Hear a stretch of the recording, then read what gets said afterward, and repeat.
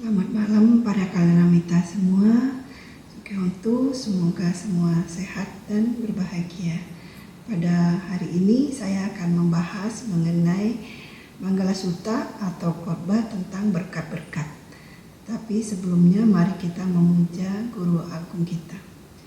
Namo tassa bhagavato arahato sama sambuddhassa. Namo tassa bhagavato arahato sama sambuddhassa. Namo tassa bhagavato arahato sama sambuddhassa. Manggala Sutta atau Manggala itu adalah sesuatu yang menguntungkan atau pertanda yang baik atau tanda keberhasilan atau kemakmuran. Nah, di dalam bahasa Indonesia ada padanannya karena berdasarkan Kamus Bahasa Indonesia, berkat itu juga mirip ya, yaitu doa restu atau pengaruh yang baik yang mendatangkan selamat dan bahagia dari orang yang dihormati atau dianggap suci, seperti orang tua, guru, dan pemuka agama. Jadi istilah ini tepat, makanya kami menerjemahkan Manggala Sutta sebagai khotbah tentang berkat-berkat. Sekarang bulan Maret yang lalu saya ada menjelaskan mengenai Parabhawa Sutta, yaitu mengenai khotbah tentang keruntuhan. Sekarang ini kebalikannya, tentang keberhasilan ya, kebaikan gitu. Jadi kita harus tahu juga latar belakangnya. Jadi sebenarnya khotbah ini Manggala lebih dulu daripada Parabhawa ya. Nah, kita perlu tahu kejadiannya kenapa gitu. Jadi Buddha membabarkan sutta ini. Jadi pada saat itu zaman dulu di Jambudvipa atau di India sebutannya Jambudvipa ya. Itu muncul cerita tentang berkat. Jadi zaman dulu orang-orang kalau sudah berkumpul mau diceritakan atau membahas mengenai misalnya mengenai penculikan Sita dan segala macam. Jadi seperti itu ya, mengenai dongeng-dongeng gitu. Dan di situ pada saat pembicaraan itu adalah muncul istilah berkat itu apa ya gitu. Nah, jadi mereka saling berdiskusi dan berdebat gitu. Jadi apakah berkat itu sesuatu yang kita lihat, sesuatu yang dilihat, atau sesuatu yang didengar, atau sesuatu yang dikenali. Nah, mereka saling berdebat dan katanya orang yang dinamakan orang yang hidup dengan berkat dari apa yang dilihat, itu akhirnya menyatakan, oh berkat itu adalah apa yang kita lihat. Nah, misalnya pada saat bangun pagi kita lihat ada bunga-bunga gitu, itu adalah berkat. Jadi segala sesuatu yang kita lihat itu adalah berkat. Nah, kemudian orang berikutnya adalah orang yang hidup dengan berkat dari apa yang didengar. Dia bilang, oh nggak bisa gitu. Kalau misalnya kita lihat juga ada yang buruk-buruk, misalnya ya hal-hal yang nggak enak gitu. Masa itu juga berkat? Itu bukan gitu. Jadi mereka berdebat, akhirnya grup orang yang disebut dengan hidup berkat dari apa yang didengar itu menyatakan yang disebut berkat adalah apa yang didengar. Nah, kemudian ada lagi grup yang lain adalah orang yang hidup dengan berkat dari apa yang dikenali. Jadi menurut orang ini, oh enggak, karena yang didengar itu bisa juga yang nggak enak gitu yang didengar, bukan hanya puji-pujian, ada yang nggak enak, jadi nggak benar. Jadi menurut ini yang dikenali itu adalah apa yang misalnya mereka melihat, bisa juga dari yang dilihat, didengar, dan juga diketahui gitu ya. Kurang lebih begitu. Nah, jadi pembicaraan ini, jadi kata yang dikenali itu adalah misalnya ada bau, kan tadi udah ada yang dilihat, itu udah ada yang didengar, ini adalah yang lainnya, yaitu mengenai penciuman. Misalnya melihat ada mencium ada sesuatu yang ganda yang wangi gitu ya. Kemudian ada rasa-rasa dan ada objek sentuhan yang bagus, itu dia bilang disebut yang dikenali, itu yang berupa berkat.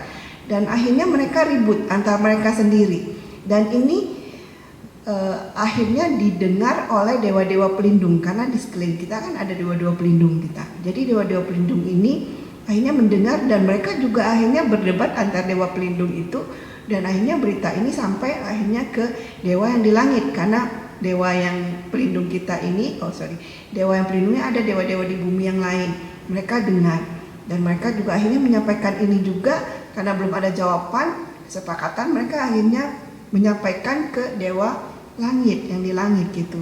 Nah, itu akhirnya sampai ke dewa terus ya, meningkat terus ya sampai ke dewa yang tertinggi gitu. Dan mereka nggak ada kesimpulan. Nah sampai ada satu kali, jadi kejadian ini katanya berlangsung selama 12 tahun. Selama 12 tahun tetap nggak ada kesimpulan sampai akhirnya salah satu dewa itu bilang, kalau gitu kita tanya saja ke Raja Saka, karena Raja Saka adalah dewa tertinggi yang pasti dia mengetahuinya. Dan jadi waktu disampaikan, Dewa Saka menyatakan, kalian berdebat ini maksudnya di dunia itu pada saat ini taunya dari mana gitu, asalnya taunya di mana. Jadi mereka akhirnya urut-urut, oh taunya dari manusia gitu. Nah, kalau di manusia itu, di alam manusia, apakah ada Buddha di situ? Oh ada. Lah kenapa kalian nggak bertanya kepada Buddha gitu, menyanyiakan ada orang yang pasti bisa memberikan jawaban gitu. Nah akhirnya dewa mengutus salah satu dewata untuk bertemu ke Buddha dan menanyakan kepada Buddha gitu ya. Nah jadi pada saat itu Buddha ada di kota Sawati di hutan Jeta. Hutan Jeta itu hutan yang milik Pangeran Jeta yang akhirnya dibeli ya oleh Anathapindika, dan hutan ini didanakan kepada Buddha. Nah jadi pada saat itu Buddha ada di sana.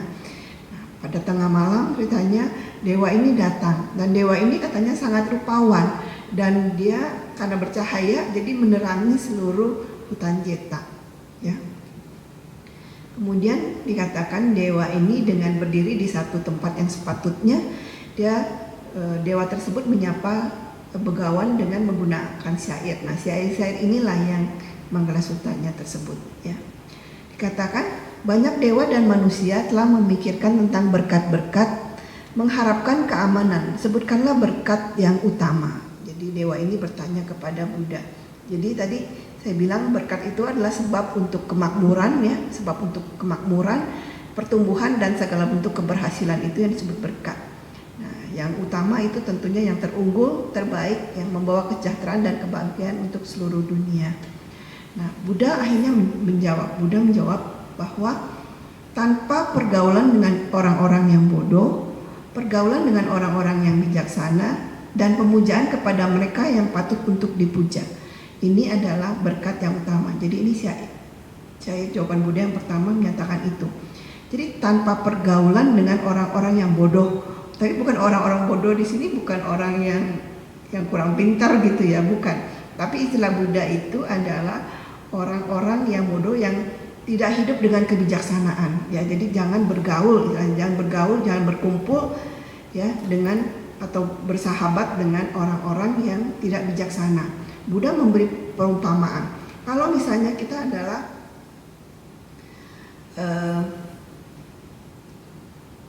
ada orang bodoh itu diumpamakan seperti ikan yang busuk. Nah, jika dia dibungkus oleh daun yang bagus pun, kalau membungkus ikan yang busuk, nanti daunnya akan bau busuk juga. Begitu juga dengan ini. Kalau kita bergaul dengan orang bodoh, walaupun kita bagus tapi berkumpul ini jadi bau gitu ya, busuk. Nah itu yang Buddha memberikan perumpamaan tersebut. Nah jadi kemudian Buddha kan mengatakan untuk kita bergaul dengan orang-orang yang bijaksana ya. Orang yang bijaksana adalah orang yang berpengetahuan atau orang yang maju, orang yang menerapkan 10 jalan karma baik ya, seperti dana, sila dan sebagainya. Nah itu Buddha mengumpamakan ini seperti daun-daun yang harum gitu. Kalau daun yang harum misalnya dia di dekat sekitar situ membungkus itu tetap wanginya jadi harum gitu ya. Tapi bukan maksudnya membungkus ikannya, tapi seperti daun yang harum gitu, ya. Nah, kemudian berikutnya Buddha menjelaskan kediaman di wilayah yang sesuai dan kebajikan yang telah dilakukan di masa lalu, pengarahan diri sendiri dengan benar itulah berkat yang utama. Tadi kan udah ada 4 hal. Nah ini ada lanjutannya lagi, kediaman di wilayah yang sesuai. Wilayah yang sesuai itu yang seperti apa? Wilayah yang sesuai itu adalah katanya tempat 4 majelis tinggal. 4 majelis itu apa? Jadi ada biku, ada bikuni, ada umat awam perempuan, ada umat awam laki-laki. Jadi di mana tempat mereka tinggal itu adalah tempat yang sesuai. Jadi di mana kita semua bisa melakukan kebajikan, ya, berdana dan lain-lain. Nah, itu adalah tempat yang sesuai. Atau juga tempat di mana 9 faktor ajaran Buddha, ajaran Guru Agung bersinar, ya. 9. Jadi zaman dulu Buddha, kalau di awal-awal Buddha suka menyebut mengenai Nawangga Buddha Sasana, 9 faktor ajaran guru, yaitu sutta. Jadi kita harus belajar sutta, kemudian geya atau dilantunkan. Jadi di zaman Buddha juga bisa dilantunkan gitu, itu dilantunkan. Kemudian ada Wyakarana. Wyakarana itu kita memberikan penjelasan secara detail. Jadi Buddha suka memberikan penjelasan secara detail. Kemudian ada gata atau puisi, karena banyak juga sutta-sutta dalam bentuk puisi kan, ya. Kemudian ada udana atau ekspresi kekaguman, ya. Kemudian ada juga itiwutaka atau penyampaian kembali. Jadi kalau kita lihat di itiwutaka itu banyak mengenai Kujutara. Kujutara itu adalah satu pelayan dari satu ratu gitu, ya. Yang karena si ratu kan nggak bisa keluar-keluar, ya. Jadi si Kujutara ini dia yang mendengarkan khotbah Buddha, nanti dia menyampaikan lagi ke ratu dan juga para sendiri-sendiri istana itu. Jadi biasanya dia mulai dengan berikut ini telah saya dengar, kayak gitu, ya. Itu yang ucapan umumnya. Jadi itu adalah penyampaian kembali apa yang Buddha sudah sampaikan, disampaikan kembali. Itu ada di kitab Itiwutaka. Kemudian Jataka. Jataka, jadi Buddha kan juga sering kalau sedang memberikan ceramah gitu, ya, penjelasan, beliau merefer kepada cerita, oh dulu Bodhisatta begini-gini di zaman itu jadi cerita, boleh juga itu. Kemudian Abutadama atau keajaiban-keajaiban. Jadi ada kalanya Buddha juga memberikan keajaiban, ya, seperti keajaiban kembar dan segala macam. Nah, itu. Kemudian ada Wedala atau tanya jawab. Itu adalah 9 faktor ajaran guru. Jadi tadi Buddha tempat yang sesuai adalah tempat di mana faktor ajaran guru itu bersinar. Jadi zaman dulu Buddha mengistilahkan Nawangga Buddha Sasana, kemudian pada akhir-akhir disebut sebagai Dhamma dan Vinaya. Dhamma itu sutta dan abhidhamma, dan kemudian Vinaya.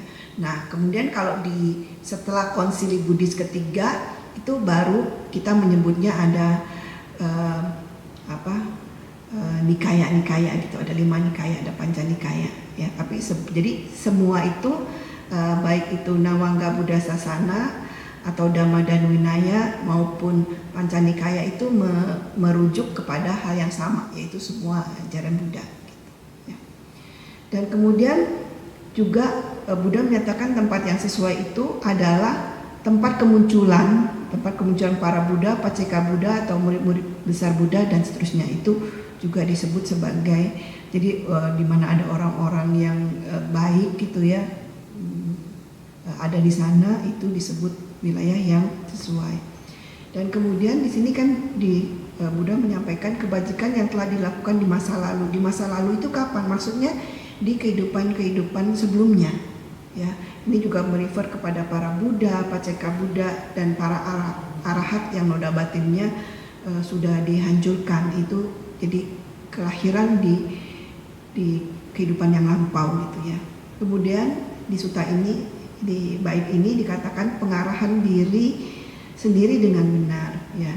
Jadi misalnya orang yang tadinya tidak menerapkan sila, jadi sekarang menjalankan sila dengan baik, ya. Kemudian yang misalnya tadinya tidak punya keyakinan, sekarang menjadi punya keyakinan kepada Buddha, Dhamma, dan Sangha. Kemudian yang tadinya kikir sekarang jadi bermurah hati. Nah, itu adalah pengarahan diri sendiri yang benar. Itu adalah berkat yang utama. Kemudian berikutnya, di syair berikutnya, syair 264 dikatakan, banyak pengetahuan dan keterampilan, disiplin yang telah dilatih dengan baik, dan kata-kata yang diucapkan dengan baik, itu adalah berkat yang utama. Banyak pengetahuan ini adalah pengetahuan terhadap ajaran Buddha, maksudnya, ya, terhadap ajaran Guru Agung kita. Kemudian yang keterampilan itu maksudnya baik itu keterampilan perumah tangga maupun seseorang yang tanpa rumah atau para biku. Nah, jadi keterampilan itu misalnya kita ahli ahli membuat apa, misalnya kalau petani ya ahli bercocok tanam gitu ya, kalau pedagang ya ahli dalam berdagang, punya keterampilan. Tapi untuk yang biku-biku maksudnya juga ahli, bisa juga misalnya menjahit, kan kadang-kadang perlu menjahit ya, ada jubah yang gitu, nah seperti itu. Jadi biku-biku yang bisa juga membantu biku-biku yang lainnya disebut yang punya keterampilan. Nah kemudian tadi dikatakan disiplin yang telah dilatih dengan baik. Disiplin yang telah dilatih dengan baik adalah semua tindakan, ucapan dan pikiran kita ya, yang harus kita latih supaya tidak melanggar tidak melakukan karma buruk ya. Jadi untuk berumah tangga dikatakan kita harus menghindari 10 karma yang tidak baik. Tetapi kalau untuk para biku itu adalah tidak melanggar 7 pelanggaran dan juga 4 kesucian perilaku. Jadi 4 kesucian perilaku itu adalah menghindari ya dari melanggar winaya, kemudian indriya samwara sila adalah menghindari mengikuti kemauan panca indera gitu. Kemudian ada juga ajiwa parisudisila, yaitu penghidupan yang suci, memurnikan ya. Jadi tidak kan ada aturan yang tidak boleh misalnya meminta sesuatu dari umat dan sebagainya gitu ya, penghidupan yang benar. Kemudian ada pacaya sanisita sila, yaitu akhlak ya yang berhubungan dengan 4 kebutuhan pokok biku ya. Itu yang disebut untuk nah kemudian kata-kata yang diucapkan dengan baik yaitu yang tidak berbohong gitu ya, yang sesuai dengan dhamma, yang menyenangkan ya, yang mengandung kebenaran. Nah itu yang disebut berkata-kata yang diucapkan dengan baik, itu adalah berkat yang utama. Kemudian di slide berikutnya, pelayanan terhadap ibu dan ayah, perlakuan yang baik kepada anak istri, dan pekerjaan yang tidak membingungkan ya, itu adalah berkat yang utama. Pelayanan terhadap ibu dan ayah, karena ibu ayah adalah yang mengenalkan kita ke dunia ini ya. Jadi misalnya kita membantu membasuh kaki orang tua, memijat ya, menggosok badan, nah seperti itu, dan menyediakan kebutuhan pokok orang tua, itu disebut berkah yang utama ya. Pelayanan terhadap ibu dan ayah dan perlakuan yang baik kepada anak istri. Nah dalam hal ini adalah bisa mendukung ya, menghormati mereka. Jadi misalnya anak-anak perlu dibiayai untuk sekolah, untuk makan, dan juga istri diberikan kebebasan untuk mengatur keuangan dan sebagainya. Itu ada juga kita lihat di Sigaloada Sutta ya. Jadi saya nggak akan bahas itu, tapi itu adalah perlakuan yang baik kepada anak istri. Dan juga tadi Buddha menyatakan pekerjaan yang tidak membingungkan. Pekerjaan yang tidak membingungkan itu seperti apa? Pekerjaan yang tidak membingungkan itu adalah pekerjaan yang kita kerjakan yang di tepat waktu gitu. Misalnya ada timeline berapa, kita kerjakan tepat waktu sesuai itu ya. Jadi yang cocok dan tidak bermalas-malasan. Kita udah tugas, kita tetap harus mengerjakannya itu dengan penuh semangat ya, dengan penuh energi katanya ya, yang tidak mencelakakan siapapun. Jadi pekerjaan yang tidak mencelakai siapapun ya. Itu adalah pekerjaan yang tidak membingungkan. Kemudian syair berikutnya, dana dan perilaku yang baik dan bantuan kepada sanak saudara, perbuatan-perbuatan yang tidak tercela, itulah berkat yang utama. Nah sekarang dana, jadi dana itu kita sebelum berdana kita harus mempunyai pengertian yang jelas dulu kan tentang dana itu, tentang manfaatnya ya.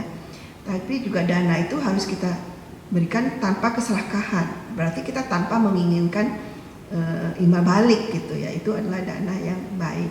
Tapi jadi dana itu bisa dana berupa materi, juga bisa berupa dana dhamma ya, yang seperti sekarang ini. Nah itu adalah dana yang dimaksud. Kemudian perilaku yang baik yang tidak jauh dari dhamma ya, dari ajaran Buddha, itu perilaku yang baik, terus yang sesuai dengan tadi 10 karma baik ya. Itu adalah perilaku yang baik. Kemudian kalau bantuan kepada sanak saudara tentunya sudah jelas ya, kita kalau sanak saudara kita membutuhkan, kita membantu mereka. Terus perbuatan-perbuatan yang tidak tercela, misalnya pada hari Uposatha kita mempraktekkan uposatha, bermeditasi dan segala macam. Kemudian misalnya memberikan pelayanan, misalnya di wihara. Di wihara ini Dhammasuka ada bagian pelayanan umat, kita membantu. Nah, itu termasuk dari pelayanan. Kemudian misalnya menanam pohon di taman maupun di hutan ya, supaya tetap bumi kita tetap baik ya. Nah, itu juga termasuk perbuatan yang tidak tercela, membangun jembatan dan lain-lain. Nah, itu yang disampaikan oleh Buddha ya, karena katanya tadi kalau kita mematuhi uposatha setelah lahir kematian ini, kita lahir kembali bisa di kumpulan para dewa 4 maharaja gitu, tentunya dengan sila yang baik ya, kita bisa seperti itu. Kemudian syair berikutnya, pantang dan penahanan diri dari kejahatan, pengekangan diri dari minuman keras, kewaspadaan di dalam dhamma-dhamma yang baik, itulah berkat yang utama. Nah, jadi pantang ini maksudnya nggak suka ya, tidak senang dengan kejahatan gitu ya. Kemudian pengekangan diri dari minuman keras itu adalah kita berhenti ya, bisa penahanan diri juga disebut sebagai istilahnya kayak berhenti atau penghentian ya.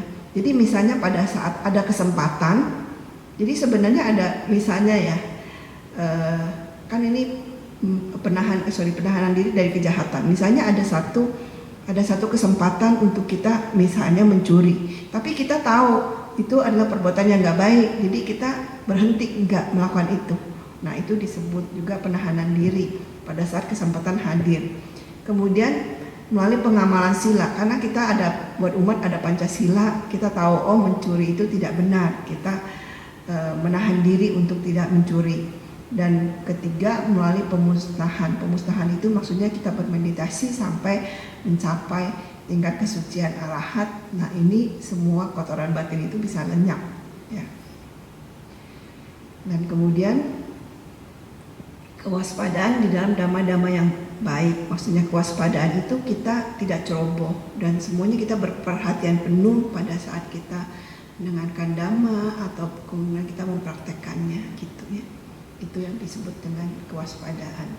Karena dengan kewaspadaan itu kewaspadaan merupakan sebab pencapaian hal yang baik ya. Syair 268. Kemudian adalah penuh rasa hormat dan kerendahan hati, puas hati dan rasa syukur. Pendengaran dhamma pada waktu yang tepat itulah berkat yang utama. Penuh rasa hormat ini penuh rasa hormat terutama kepada Buddha yang pertama, kepada Buddha, kepada Paceka Buddha, kepada murid-murid Buddha, ya, kepada guru kita ya secara general maupun kepada guru penahbis kita kalau misalnya kita sebagai biku, kemudian atau kepada anggota sangha ya. Kemudian kepada ibu dan ayah, kepada kakak dan kepada orang-orang yang dituakan. Nah, itu adalah penuh rasa hormat maksudnya. Dan kemudian kerendahan hati. Kerendahan hati itu adalah kita tidak melakukan segala sesuatu itu untuk supaya kita terkenal atau dan sebagainya itu ya, tapi kita rendah hati. Kemudian rasa syukur ya, rasa syukur itu adalah sikap atau batin kita ya, yang setiap kali mengingat-ingat kebaikan yang dilakukan oleh orang lain kepada kita ya, jadi kita terus bersyukur ya ada bantuan orang lain. Terus pendengaran dhamma pada waktu yang tepat, ya misalnya pada saat kita bingung nih, hati kita sedang bimbang, atau kita sedang dikuasai atau pikiran-pikiran yang tidak baik gitu ya. Nah, kita mungkin mengulang-ulang mendengarkan sharing dhamma gitu. Nah, itu adalah waktu yang tepat ya. Karena katanya mendengarkan dhamma itu akan melenyapkan 5 rintangan batin ya. Itu rintangan batin yang pertama, hasrat untuk menikmati objek-objek panca indera ya. Kemudian rintangan batin yang kedua itu adalah biapada atau kehendak atau niat jahat. Dan ketiga adalah tinamida, kemalasan dan kantuk ya. Rintangan batin berikutnya adalah udaca dan kukuca, yaitu kebingungan dan penyesalan. Dan wicikica atau keraguan. Ini adalah 5 rintangan batin. Kalau kita mendengarkan dhamma, kita bisa melenyapkan 5 rintangan batin tersebut ya. Kemudian kesabaran dan kepatuhan dan penglihatan pada para pertapa, diskusi tentang dhamma pada waktu yang tepat, itulah berkat yang utama.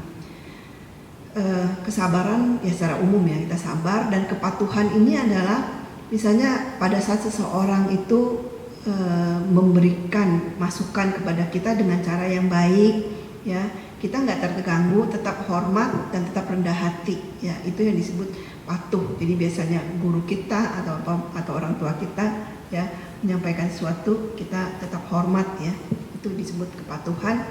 Kemudian penglihatan pada para pertapa. Penglihatan itu maksudnya kita mendekati atau berkunjung gitu ya, memberikan pelayanan, kemudian juga ingat ceramah-ceramah para biku gitu ya. Kemudian itu disebut pendengaran dan penglihatan kepada para biku ya, yang telah menenangkan kotoran batinnya. Jadi pada biku-biku yang baik gitu ya, bukan biku-biku yang mohon maaf yang mungkin sikapnya kurang baik gitu ya. Kemudian diskusi tentang dhamma pada waktu yang tepat. Diskusi pada waktu yang tepat adalah misalnya kita berdiskusi tentang sutta ya, tentang winaya, abhidhamma dan segala macam itu ya. Itu dikatakan diskusi tentang dhamma pada waktu yang tepat, yaitu karena untuk memurnikan batin kita ya. Nah, itu disebut seperti itu. Kemudian di syair ke-270 dikatakan pertapaan dan kehidupan luhur, penglihatan kebenaran-kebenaran mulia dan realisasi nibbana, itulah berkat yang utama. Jadi di sini pertapaan tentunya kita menjadi biku ya, maksudnya itu dengan mengendalikan, atau kita ikut retret dengan mengendalikan indera-indera ya, indera-indera, karena ini kalau pengendalian indera kita akan membakar ya niat-niat kita tadi, hasrat-hasrat indriawi kita ya, juga mungkin duka cita itu bisa dikendalikan gitu ya. Kemudian pertapaan itu juga dikatakan adalah suatu energi. Kalau kita sudah bertapa itu suatu energi yang bisa membakar kelembaman atau kemalasan gitu ya, tadi kemalasan dan kantuk itu bisa dihilangkan gitu ya. Itu adalah pertapaan. Dan kemudian kehidupan luhur. Nah, ini adalah terutama kepada